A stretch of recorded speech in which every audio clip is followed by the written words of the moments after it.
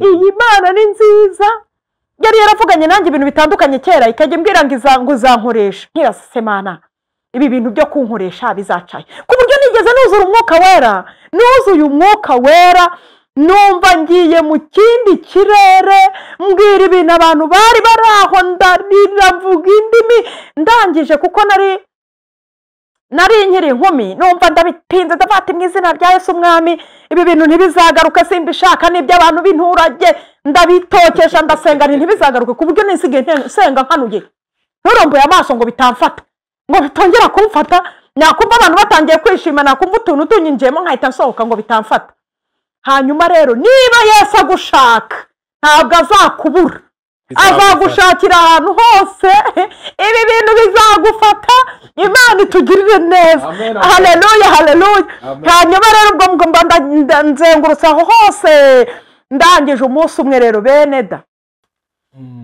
hanyuma umwijima warinjiye ndi mu cyumba nkubona jyenyine umwijima urinjira wicura burindi wa wundi uba nka 10:00 z'ijoro 9:00 burya abantu bajya basogenda ijoro barabizi hari amasaha budika cya gicuku utakoraho umuntu ngo umubone mbona umwijima urinjiye mu cyumba hose haba umwijima uza nkureba umeze nk'ikizeru uhita unyizingiraho mu ijosi unyizingiraho mu ijosi ngiye kumva numva uranize numva ubaye nk'amaboko y'umuntu uranize nananiwe kuvuga nari mvuye muri dushe ndimo nisiga nanirwa kugira ikintu na kimwe ariko numva umutima urambwiye ngo ndapfuye kandi ndarimbutse naramanutse uko nikubita hasi nta n'umwenda nshaka isengeri ndayibura nshaka n'ijipo ndayibura ikintu cyose kuko nahise mfatwa uwo mwanya ikintu kiraniga paka umwuka uheze icyo kintu cyamaze kuniga kimaze kumbeza umwuka ngiye kubona ngiye mpita ndambarara hasi bene da uyu mubiri ni ubusa amaherezo uzabora ushaka ibifite ibiro byinshi cyangwa bike ushaka uburi ikizubazuba cyangwa se uri umuntu woroheje ushaka uburi igitangaza icyiza ni ifoto kuko nihora ukwiri ntihinduka ariko wowe nanjye umunsi umwe tuzabazwa icyo twakoresheje ibi bintu nagiye kubona mbona umusaraba uvuyemo ikiganza kirandika ngo ibyaha n'imirimo bene data we narirebye nsanga ngira imirimo 3 n'amakorari nabayemo ntagiye nabayemo ntaba mu murimo ntagiye nabaye nabyirutse mbyina mu kiliziya nabyirutse mba mu makorari no mu magurupe atandukanye ariko ndashaka kubabwira nabonye Imana ikiganza cyanditse imirimo 3 byonyine kigiye kwandika ibyaha reka nkubwire mwene da ntimuruzi ibi bintu byo kwihana ibyaha abantu bakeresa bakumva ni ibintu byoroheje umva kwatura ntawe abikuyeho ahubwo umenye uwo waturira Imana idutabare kwihana ibyaha no kwicuza ubu abantu babigize viziyo ubagakiza ni agasirimo umuntu arajya kwihana akihana aseka we akihana aseka nagiye kubona mbona ikiganza cyandika ibyaha ikiganza cyaranditse mwene da kirabizi ibintu wakoreye mu mwijima reka nkubwire niba warasambanye n'abantu 10 ntabwo kizandika ngo warasambanye gusa ahubwo kizabarondora bose n'amazina Imana idutabare niba warasomanye na runaka kizabidetaya ikiganza cyaranditse cyandika amafaranga nibye ahantu nagiye nkora najyaga niba nkabika amafaranga nkibikira bandeba bakabona nta n'igiceri ngira mfitaye niverisa buri munsi Imana idutabare ikiganza kirandika umubare wayo nayo nariye niki cyandika amamiliyoni ntafite kizabidetaya kiganza kizabidetaya wihane wiga kubana n'Imana Imana itagushyizeho igitsure n'igitutu ubikora ubikunze kiganza kirabidetaya Imana idutabare reka nkubwire mwene data Imana itugirire neza Imana ikiganza kirandika ibyaha kirabyandika ibintu nakoze nikinira yakuntu mu murimo w'Imana ibyaha byo kubeshya kirarondora kirandika byose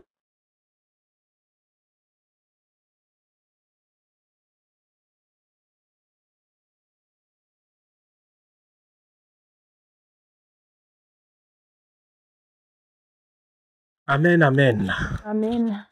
Hagati aho ngaho rero twongeye kuguhereza ikaze uyu munsi dufite amatsiko yo kumenya ikintu none ugiye kudutangariza cyangwa icyo Imana yashyize ku mutima wawe.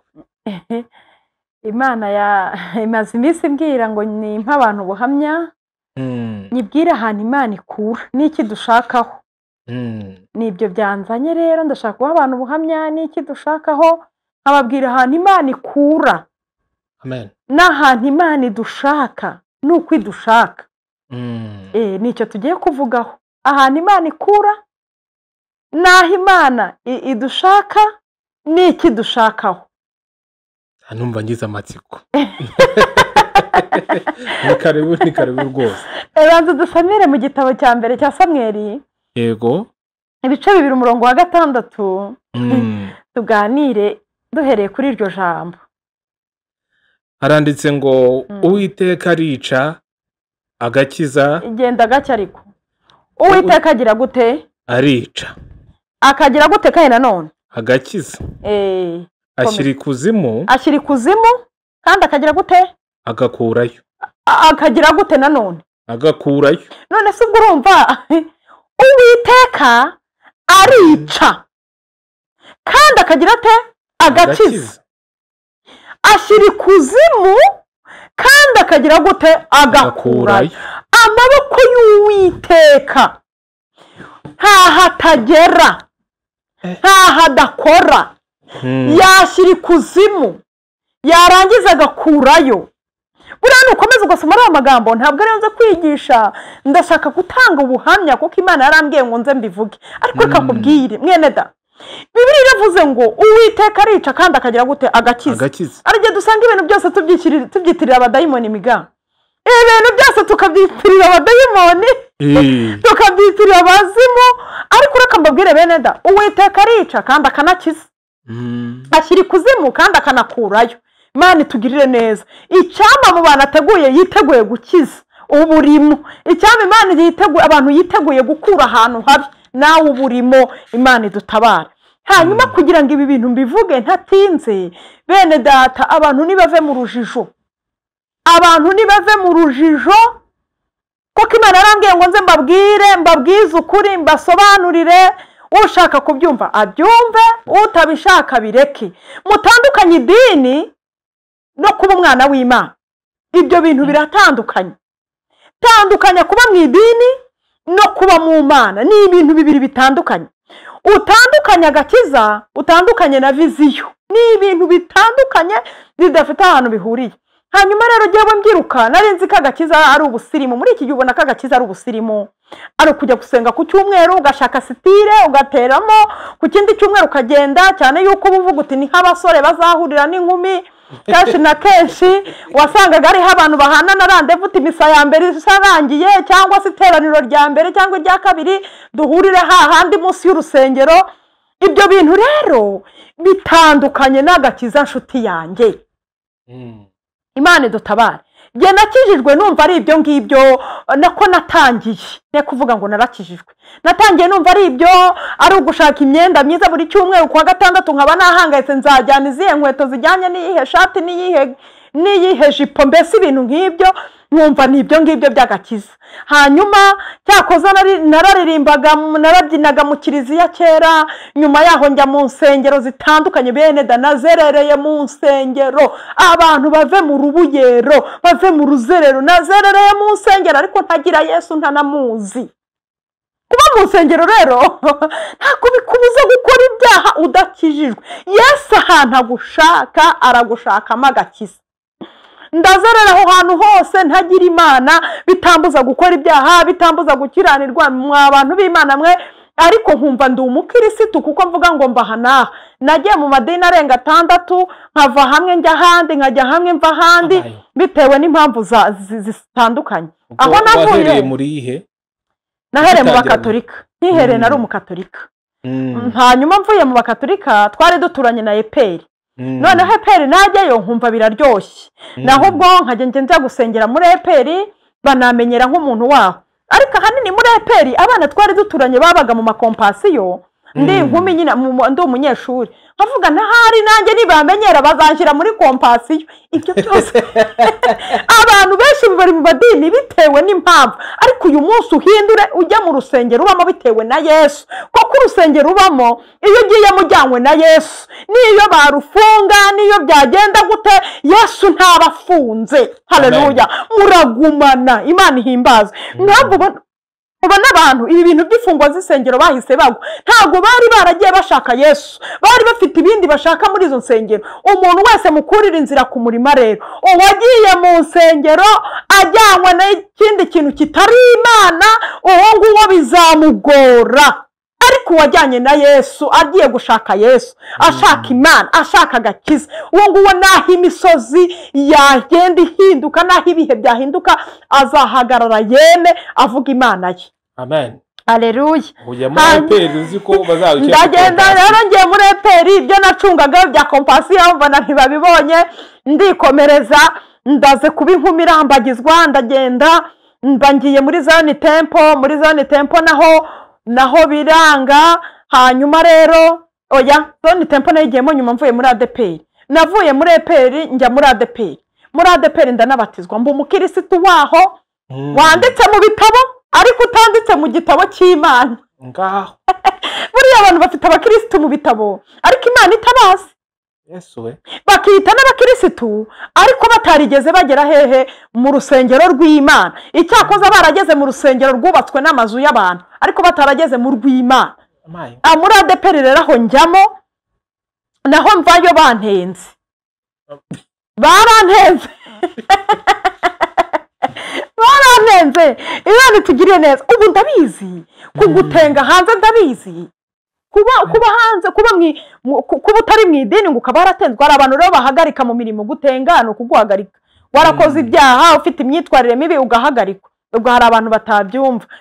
Kuguhagarika mwa abantu b'Imana, hari abantu babyoroheje ngo bivuze iki, ngo tuzasezeranira muri jardin, ngo tuzazana umupasiteri adusezeranye ngo ibiki n'ibiki.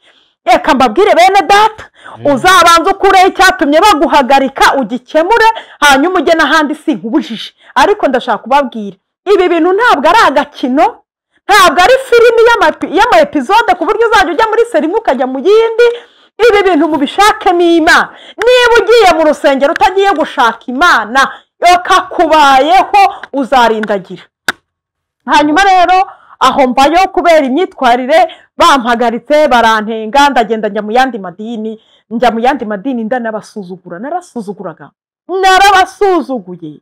Mbabwiza ukuri, ndabwira ati mugira ubusutwa, sinkunda ubusutwa bwanyu, sinkunda amagambo. Imana itugirire neza, kuko nakoraga akantu bakamvuga, icyo nkoze cyose kibi bakamvuga. Hanyuma rero umunyabyaha ntabashaka ko bamuvuga, abashaka ko bamubyinirira. Bahitaga bakuvumba. Baramvugaga bakamvumbura, nakora ikintu kitari cyo, nahindura ibintu myambaye ngo nambaye ibintu by'abapagani, bakamvuga numva kandi ntabishaka nanjye. Mvamo rero ndanabasuzugura, ndavuga ati mva mugumane ibyanyu. Ndabyibuka umupasiteri umwe yaje kunganiriza, arambwira ati Clementine mwana wanjye, mukobwa wanjye, ndagukunda rwose, waguma ahangaha, wagumamo hano rwose ukaba umaze igihe. Urumva nabaga muri korari imwe, ntago ndi buyivuge. Korari rero ndayiremereza, bakanshyira inyuma nkizana imbere. Imyanya y'imbere ni danje. Bakanshyira inyuma nkizana imbere, bakanyima mikoro, bikambabaza nkayirwanira kuko nabaga nshaka kugaragara. Hanyuma rero birangije bakambwira ati wambara ibigera haje, nkabigeza aha. Mbese birananira guhura, biranga. Bimaze kwanga rero bajya kunganiriza. Bamaze kujya kunganiriza rero bambuza, bangira inama. Ndabwira ati mugira ubusutwa, mugira ubugambo. Ndabwira ati mwifata nka teremusi. Ndabwira ati mu izina rya Yesu mugumane ibyanyu. Ndanagiye. Barangarura bati garuka rwose tukubwira nimugumane ibyo byanyu, ndigendeye. Mugumane ibyo by'ubugambo bwanyu. Ndabatokesha ndasohoka. Reka mbabwire bene. Ndagenda amara igihe nanone nisengera mu misa. Ubundi mu kiliziya nyine ni idini yacu yakavukire. Iyo uvuye ahantu wisubirira nta kibazo. Hanyuma ndagenda nigira mu misa, naho ntibyahura. Ndongera njya muri Zion Temple. Ngiye muri Zion Temple naho baranyakira. Bamaze kunyakira nabwo biranga. Njya muri restoration. muri restoration niho rwose birandyohera. Imana itugirire neza rwose, nibera muri restoration. Hanyuma rero iyi Mana ni nziza, iyi Mana ni nziza. Yari yaravuganye nanjye ibintu bitandukanye kera, ikajya imbwira ngo izankoresha. Nkirase Mana, ibi bintu byo kunkoresha bizacaye, ku buryo nigeze nuzura umwuka wera. Nuzuye umwuka wera, numva ngiye mu kindi kirere, mbwira ibintu abantu bari baraho, ndarira mvuga indimi ndangije, kuko nari nkiri inkumi. Numva ndabitinze, ndafata mu izina rya Yesu Umwami, ibi bintu ntibizagaruka, simbishaka, n'ibyo abantu b'inturage ndabitokesha, ndasenga ntibizagaruke, ku buryo nisigaye senga nkanuye, nturomboye amaso ngo bitamfata, ngo bitongera kumfata. Nakumva abantu batangiye kwishima, nakumva utuntu tunyinjiyemo nkahita nsohoka ngo bitamfata. Hanyuma rero niba Yesu agushaka ntabwo azakubura, azagushakira ahantu hose, ibi bintu bizagufata. Imana itugirire neza. Haleluya, haleluya. Hanyuma rero ubwo mba nzengurutse aho hose, ndangije umunsi umwe rero bene da, reka mvuga ukuntu nakijijwe, ntabwo njya kuvuga ibintu byinshi. Ukuntu rero nakijijwe, nagarutse rero, ukuntu nagarutse, nari mfite ubukwe bucya ndi busezerane, narabivuzeho agace gatoya, ariko ndagira ngo mbirambure neza. Imana idutabare. Umuntu yaraje ankora mu mutwe, ankoze mu mutwe, hari mu masaa 3 za mu gitondo. Ninjiye mu rugo, umwijima usanga mu cyumba aho hantu, nari mu cyumba cyanjye, nari ndimo nitunganya, kuko nari ngiye kujya kureba umusaza uzadusabira mu bukwe. Hanyuma umwijima warinjiye, ndi mu cyumba nkubona jyenyine. Umwijima urinjira, wicura burindi wa wundi uba nka saa 10 z'ijoro, saa 9. Burya abantu bajya basogenda ijoro barabizi, hari amasaha budika, cya gicuku utakoraho umuntu ngo umubone. Mbona umwijima urinjiye mu cyumba, hose haba umwijima. Umwijima uza nkureba umeze nk'ikizeru, uhita unyizingiraho mu ijosi. Unyizingiraho mu ijosi, ngiye kumva numva uranize, numva ubaye nk'amaboko y'umuntu uranize. Nananiwe kuvuga, nari mvuye muri dushe ndimo nisiga, nanirwa kugira ikintu na kimwe, ariko numva umutima urambwiye ngo ndapfuye kandi ndarimbutse. Naramanutse uko, nikubita hasi nta n'umwenda, nshaka isengeri ndayibura, nshaka n'ijipo ndayibura, ikintu cyose, kuko nahise mfatwa uwo mwanya, ikintu kiraniga paka umwuka uheze. Mama yari ari mu gikari, yumva ijwi rivuga ngo ndapfuye kandi ndarimbutse. Nibyo navuze. Haleluya, nshima Imana ko nyihumeka. Ninapfa ntabwo nzapfa size inkuru ivuga ngo ndarimbutse. Imana ishima. Ninapfa numva nzapfa, wenda numva mfite ibindi byiringiro, kuko ndwanya cyane kuzapfa size inkuru umusozi ngo ndarimbutse. Rero nje kukubwira ngo iki, nje kukubwira ngo ijuru rirahari, n'ikuzimu harahari. Nje kukubwira ngo kurimbuka kurahari, n'ubugingo burahari. Ibi bintu uzabimpera abantu benshi bashoboka, ubambwire ngo ijuru ririho no kurimbuka kurahari. Nge nabashije kubona ikuzimu. Birashoboka ko nari ninjiye mu marembo yaho, kuko birashoboka ko ntari narebye hose, ariko narahabonye. Icyo kintu cyamaze kuniga, kimaze kumeza umwuka, ngiye kubona, ngiye mpita ndambarara hasi. Bene da, uyu mubiri ni ubusa, amaherezo uzabora. Ushaka ibifite ibiro byinshi cyangwa bike, ushaka uburi ikizubazuba cyangwa se uri umuntu woroheje, ushaka uburi igitangaza. Icyiza ni ifoto, kuko nihora ukwiri ntihinduka. Ariko wowe nanjye umunsi umwe tuzabazwa icyo twakoresheje ibi bintu. Nikubise hasi, nkimara kwikubita hasi, mbona ndambaraye hasi, muri jye mbona havuyemo undi muntu.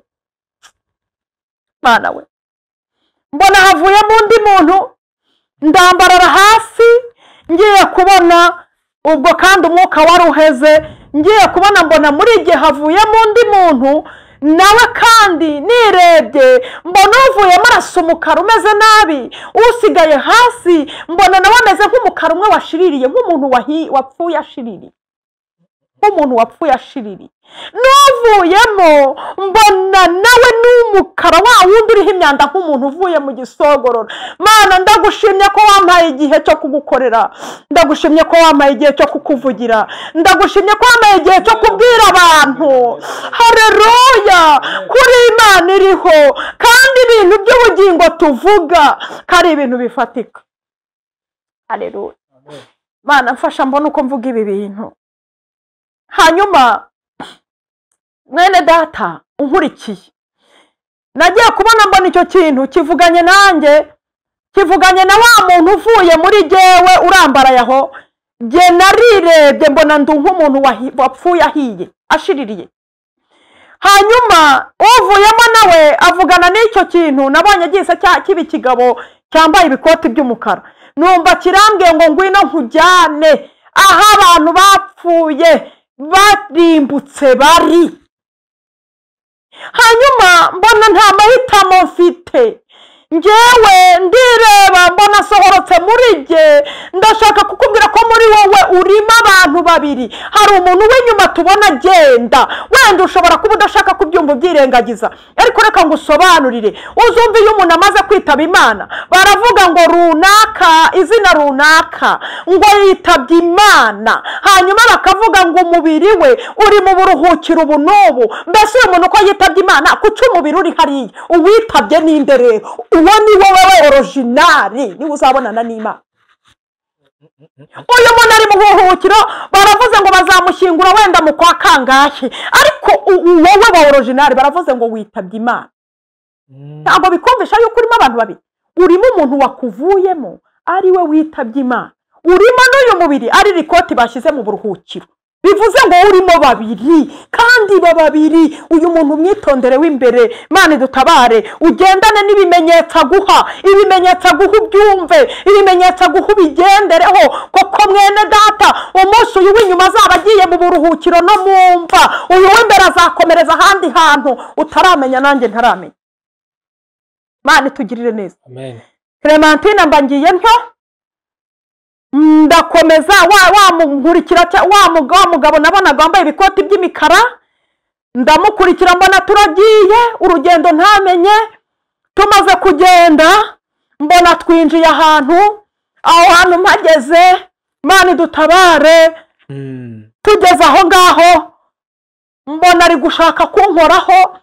Ndashima Imana hagati yanjye nawe naho harimo intera nk'iya santimetero 50 cyangwa nka metero.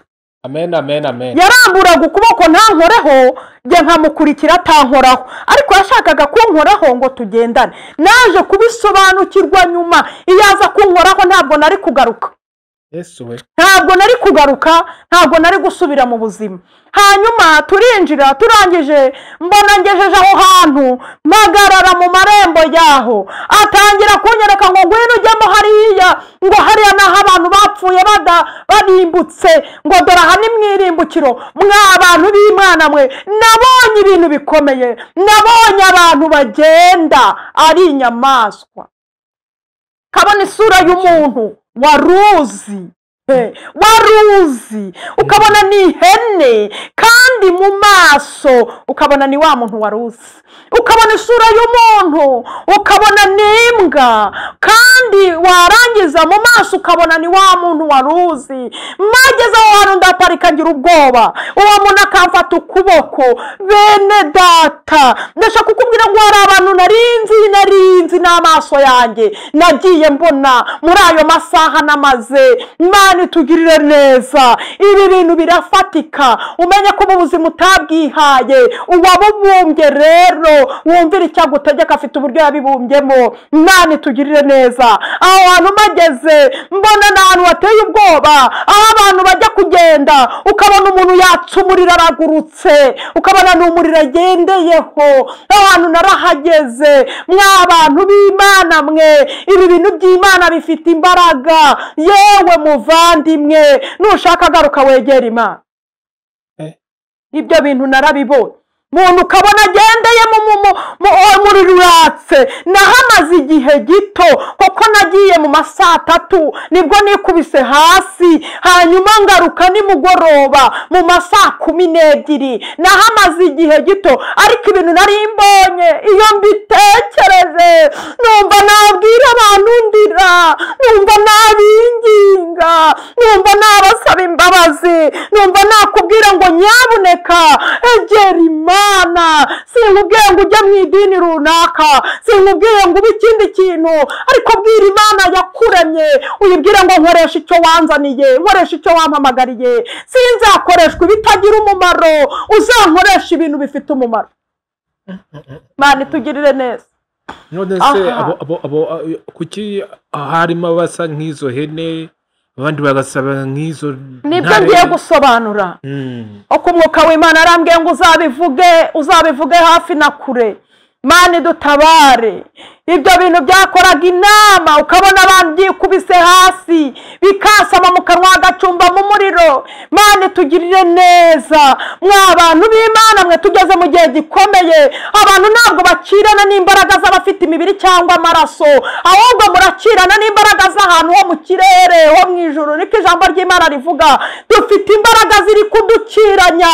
Uwasengaga rimwe nasenga kabiri, uwasengaga kabiri nasenga gatatu. Nihutishije kugira ngo ntatinda.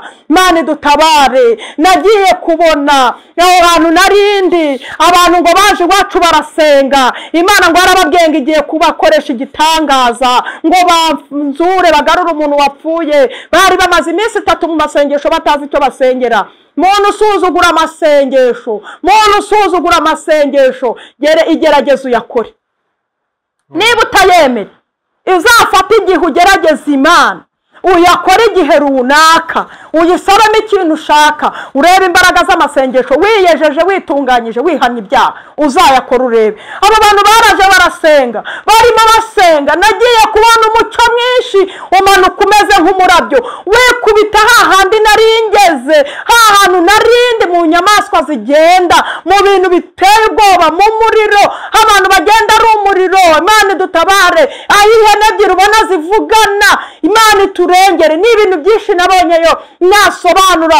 Abantu bakata ibintu bagakata amaraso ukabona bari kuyanywa. Aho niho narindimo ndeba, ngiye kubona mbona umucyo mwinshi uramanutse, uzumeze nk'umurabyo. Uhageze byose ibyo bintu byose byikubita hasi, ibintu biramenagurika. Umuririmbyi yavuze ngo dore urukundo rwatumye mpfira, ibyaha byanjye bihamba mumva. Imana ishimwe. Aravuga ngo maze arazuka ngo amuze na se, nagaruka nzamushimira ibyo. Mana we, nzagushimira ibyo, nzagushimira ibyo, nzagushimira ibyo. Ngiye kubona mbona uwo mucyo ugeze aho ngaho, uwo mucyo urangije, ibyo bintu byose byubaraye, mbona uhise unyizingiraho umera nk'akazu, umera nka esanseri. Imana itugirire neza. Mbona umucyo uranzamuye, umucyo uranzamura, mbona ungaruye hantu, mbona ungaruye ku isi, ungejeje aho hantu narindi ngiye kubona. Imana idutabare. Mbona wa mucyo wikozemo umusaraba wa Yesu. Haleluya. Amen. Umusaraba wa Yesu, umusaraba wa Yesu wadukijije ibyaha. Reka mbabwire, harimo ikimenyetso cyo gukuramo, ariko hariya hamanukamo hagati watwunze n'Imana, uba ikimenyetso cyo guteranya. Imana idutabare. Imana itugirire neza. Twari dutandukanyijwe n'Imana, ariko uyu musaraba watwunze na Yesu, watwunze n'Imana. Yesu yawugiye hatwunga n'Imana. Nagiye kubona mbona ya esanseri ivuyemo umusaraba. Uwo musaraba urangije, mbona haje ikiganza kirandika ngo ibyaha n'imirimo. Ibyaha n'imirimo. Reka mbabwire, ubwo wari ukiri muri ya koma?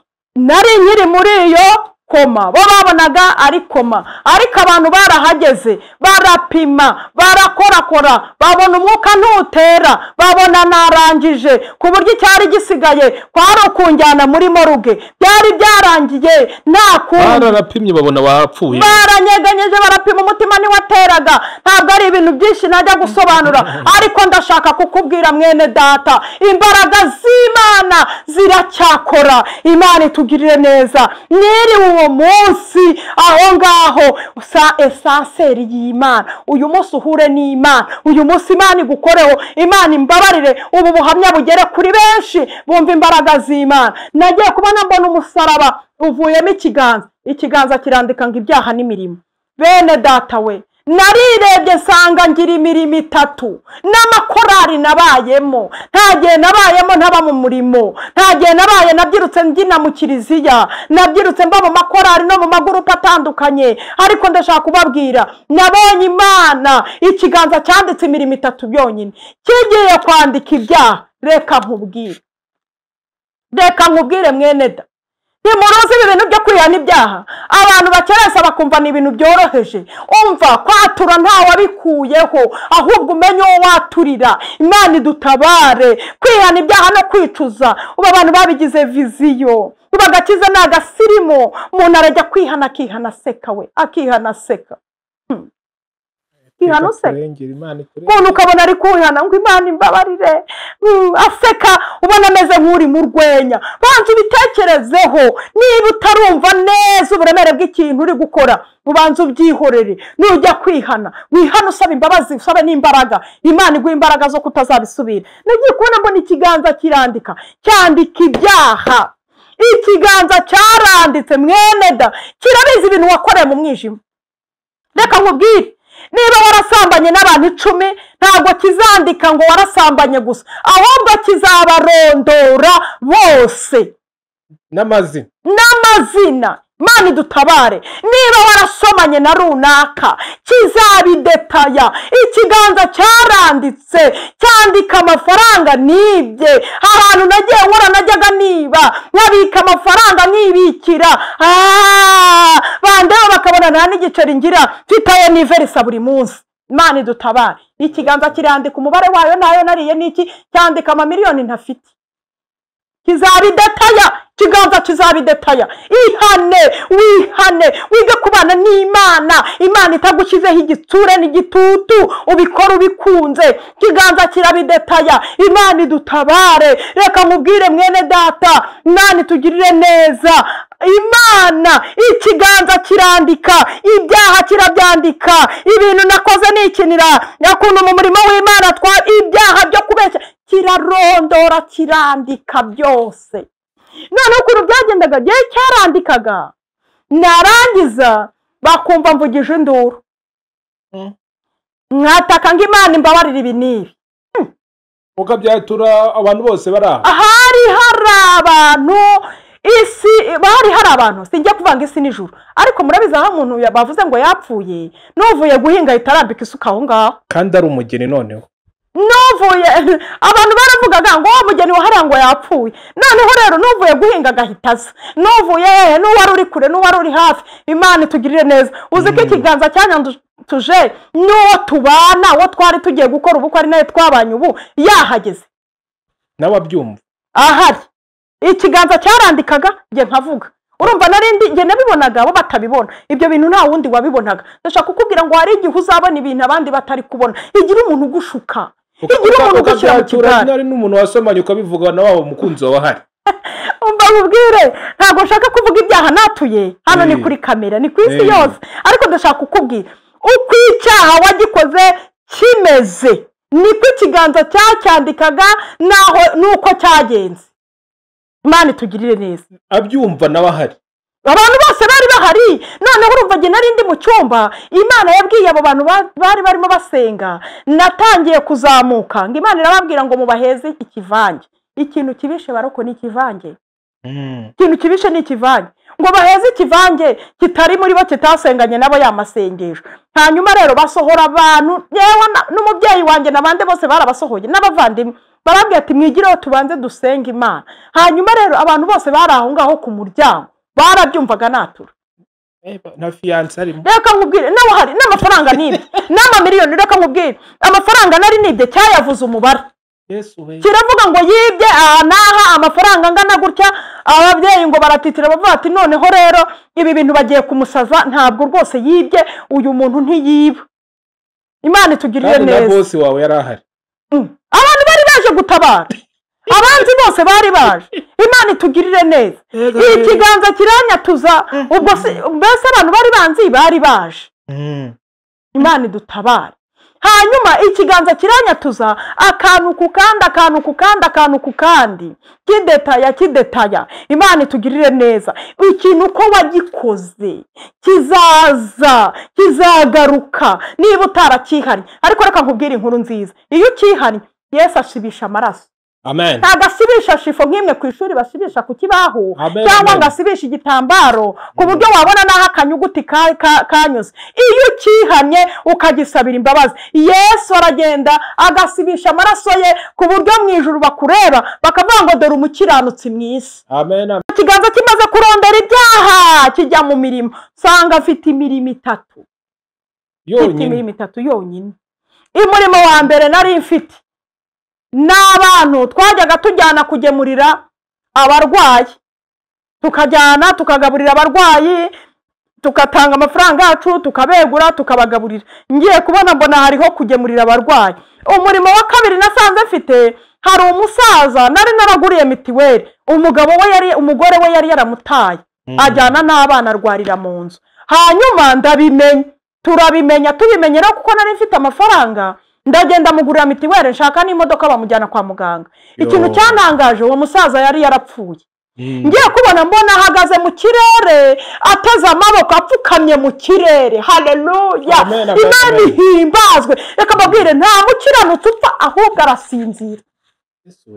Mbona apfukamye mu kirere ateze amaboko mu kirere. Haleluya, hari abana bakiranutsi bazajya. Nahise mbona ko we yabonye ubugingo, koko sinamubonye aho naringiye, aho narindi nabonaga ihene n'intama, nako ihene n'ibisimba n'irusama, ibintu nk'ibyo. ahubwo namubonye mu kirere apfukamye mu kirere yambaye imyenda. Ntabwo namubonye yambaye imyeru nk'uko mubivuga, yari yambaye imyenda isa na buresiyeri, isa n'ijuru. Urumva, isa n'ijuru myiza ariko ikayangana, apfukamye mu kirere ateze amaboko. Ngiye kubona mbona uwo murimo waravivu ngo yajyanye umuntu kwa muganga amugurira mitiweli.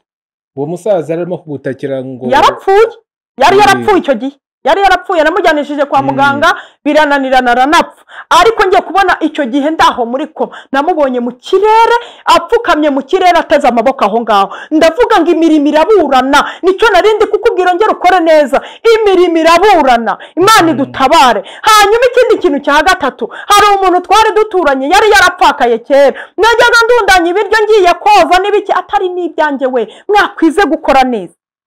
Ubu dufite abagore banga gukora neza, ngo umugabo we ngo yarambwiye, ngo yarambujije. Iga gukora neza, Imana idutabare. Koko ibyo ukora byandikwa ku ifishi yawe, nta handi wandikisha. Nagiye kubona mbona najyaga afata ibiryo nkabikusanya n'ibyaraye, bya bindi bigize nkabirenza urugo, nkahamagara abo bana nkabibahereza. Bari barabuze mama wabo bakiri mutoya. Ngiye kubona mbona abana baje bashoreranye ngo yagaburiye imfubyi n'abapfakazi. Haleluya, mbona iyo mirimo iremewe. Ese umunsi wageze mu kaga muvandi bazakwibukira ko iyi tatu yonyine mbona iremewe. Reka nkubwire rero ikintu gikomeye nabonye. Yewe we mwaze mw'abantu b'Imana, nyiri aho ngaho nagiye kubona mbona uwo muntu atangiye kunsobanurira, arantambagiza arambwira ngo wabonye hariya waruri. Ndamubwira nti ngo hariya ngo ni cya kiganza cyavagamo n'ijwi kikavuga nkabyumva, ngo hariya waruri, ngo hariya ni mwirimbukiro, ngo umuntu wese apfuye arimbutse ngo niho bahita bamwakira. Ngo hanyuma ngo impamvu batagukojejeho ikiganza, ngo iriya ni ya ntera yari iri hagati y'Abanyegiputa n'Abisiraheli igihe bavaga bari barimo bataha. Burya Imana yari yashyizemo intera kugira ngo batabageraho. Hanyuma hagati ihashyira inkingi, ya nkingi y'igicu yabayoboraga irahindukira bibabera umwijima. Imana yambwira ngo iriya ntera rero ngo n'ubundi ndacyayishyira hagati y'abantu banjye, kugira ngo ababisha batabashyikira. Imana idutabare. Iriya ntera mwabonye yagendaga hagati y'Abisiraheli n'Abanyegiputa ntibabagereho. N'ubundi n'ubu ngubu irahari kugira ngo abakwirukaho n'abaguhiga n'abakuroga n'abagutega batagushyikira. Impamvu gihumeka, impamvu kiriho nuko intera y'Imana ikihari. Amen. Irambwira ngo iriya ntera yari irimo harya hagati iyo bagukoraho wari kuba ubaye umuntu wabo. Hanyuma icyo kiganza kisobanura ibintu bikomeye, kirambwira ngo burya nanjye mvuye kuzimu maze kuboha Satani, ngo abantu niyeretse, ngo narababwiye ngo mwe kunkoraho mbanze niyereke Data. Haleluya. Iyo bankoraho rero nari kuba mbaye iwabo. Intera iracyahari hagati y'abantu b'Imana na Satani, ntabwo azadukoraho uko ashaka. Imana itugirire neza. Hanyuma rero icyo kiganza kiransobanurira koko natangiye kuburana, navuga ngo ko nari umuririmbyi kuki ntabibonye. Icyo kiganza kibicamo umurongo ibyo by'uburirimbyi, kirambwira ngo nagiye na kimwe nigeze nkubona uri umuririmbyi wagiye muri korari kugira ngo wiyamamaze wigaragaze, kandi igihe cyose wabaye mu makorari warataga imyenda n'igihagararo, hanyuma ukajya ushaka guhagarara imbere ngo abantu bakurebe. Nta buririmbyi nigeze nkubona mbona gicishijemo umurongo. Ndabona se amafaranga nagiye ntanga n'imisanzu, kirambwira ngo iriya misanzu nayo nigeze mbona, koko igihe cyose wayitangaga witonganya wiciraho uvuga ngo babaca amafaranga menshi ngo barabananiza. Biriya ntabyo nabonye. Ibintu abantu baciriyemo ntabwo mbirya, ibintu abantu baciraho ntabwo nabikoraho. Imana turengere, Imana imfashe. Hanyuma irambwira ngo impamvu nagukubise hasi nemeye ko bakujyana nuko ngira ngo uzambwirire abantu, nemeye ko wikubita hasi utarabasha kwishyiramo imyenda, nta kintu wambaye. Kuko umubyeyi wanjye yese aturuka mu gikari yumvise mvugisha induru ngo ndapfuye ndarimbutse, ahita aza ndambikaho igitenge, no kunterura byaramunaniye. Imana itugirire neza. Irambwira ngo impamvu nemeye ko wikubita hasi kuriya ntacyo ufite, ndagira ngo uzambwirire abantu ngo ubutunzi bwabo baburunda mu myenda. Ugasanga umuntu agira imyenda atazi n'umubare, atamenya n'uko yambara, atagira n'aho abika, ariko ugasanga nta muntu aragurira umwenda ngo wambare.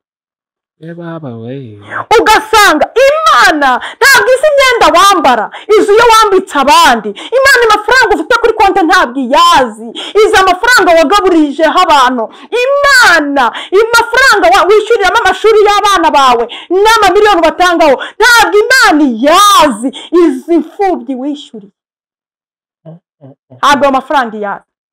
Irambwira ngo uzambwirire abantu ngo birundanyaho imyenda y'amabara yose, ngo ariko uzabibutse ko bavuye mu nda ya nyina bambaye ubusa, bazasubiraho ntacyo bambaye. Uzababwire ngo ntabwo ibabujije kurimba no gusa neza, ariko ujye usubiza amaso inyuma ugire n'uwo uramburira amaboko, kuko ibyo ni iby'Imana izi. Bane dutabara. Hanyuma cya kiganza, ubwo impamvu mvuga Imana, icyo kiganza ni Imana, ayo maboko n'ay'Imana nabonye, kuko icyo kiganza ni Imana. Ikiganza kivamo ijwi we rikavuga. Imana tugirire neza. Hanyuma imbwira ikindi kintu gikomeye, irambwira ngo uzambwirire abantu ngo igihe cyose basiragira mu madini batagiye gushakamo Imana. Irambwira ngo ibyo ntabyo yigeze ntabyibona. Irambwira ngo umva, umuntu ibona ni umuntu uje mu rusengero cyangwa ugiye gusenga afite umutima uciye bugufi, wiyoroheje kandi atinya icyaha. Naho ibindi byose ni nk'uko wajya mu isoko.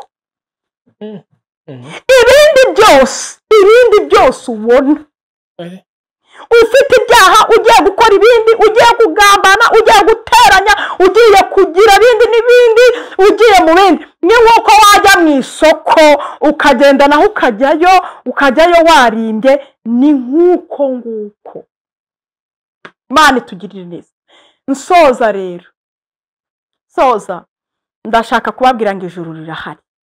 Imana yarabimbwiye ngo mbibabwire, muvane ibintu mu mutwe byinshi, umenye yuko umuntu wakoze neza azahembwa. Imana dutabare, n'uwakoze nabi azahembwa. Nukuri Imana yambwiye ngo nze mbibabwire, ngo mbakarabire imbere. Imana dutabare.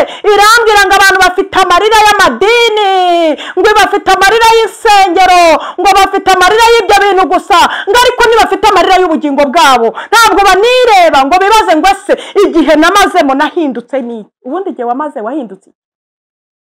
Imana turengere. Igihe wamazemo wahindutse iki? Imana tugirire neza, kugira ngo Imana yumve ibintu byawe bifite ishingiro. Igihe wamaze wahindutse iki? Ntanze ubu butumwa mbabwira ngo rero ni ukuri ahantu wakoreye niho uzajya. Hanyuma hari ibintu byari binyibagije, hanyuma aranyereka arambwira ngo dore ahantu wari uri ngo niho abantu barimbuka ngo bajya. Arambwira ngo umuntu wese iyo avuye muri uyu mubiri icyo yari ari cyo nicyo yitwa. Niba wagiraga umujinya icyo wari uri cyo nicyo uhita uba cyo. iyo ugeze ikuzimu aho ngaho, iyo urimbutse icyo wari uri cyo nicyo witwa. Niba wari umugome uzakoreshwa nk'intare. Niba wari umusambanyi icyo wari uri cyo imbwa izahita ikwakira. Igitabo cy'umutima w'umuntu kirimo utunyamaswa twinshi mu mutima w'umuntu uko tuba tugaragara, uko urundanyamo tugaragara nk'inyamaswa. Hanyuma rero icyo wari uri cyo nicyo uzaba cyo. Hanyuma icyo ikorana nacyo nicyo kizakwambara umunsi uzaba uvuye mu mubiri. Niba ugira umujinya mwinshi uzambara intare, uzahita uba intare. Imana itugirire neza. Uzafata agatabo k'umutima w'umuntu urebe n'izo nyamaswa ukuntu zigiye zimeze. Imana idutabare. Ikintu cyose ukoze gifite dayimoni ukiri inyuma. Niba ari ikintu kibi gifite dayimoni ukiri inyuma. Niba ari ikintu cyiza gifite umwuka wera na marayika bagiherekeje. Haleluya, amen. Nta dayimoni wakubwira ngo genda ugaburire, genda ugaburire umukene atari umwibone. Niyo mpamvu Satani yabijemo. Ubarashaka ko dufasha dushizeho kamera kugira ngo noneho dayimoni ubwibona biherekeze, bizabe towa, bizacikemo umukato. Imana itugirire neza. Nimwongere musubire ku rufatiro ruzima. Adusenga Imana. Mana data twese uri mu ijuru, ibi bintu tuvuze usobanurira umuntu wese. Koko ijambo niko riravuga ngo igihe cy'isarura nigishira abakozi bose bazataha. Uko umeze kose, waba igitangaza waba ikirangirire, igihe cyawe nikigera uzava mu isaha kandi uzasobanura icyo wahamaze. Ndasengera umuntu wese rero wumvise iki kiganiro, mura kuzasarura ubugingo buhoraho.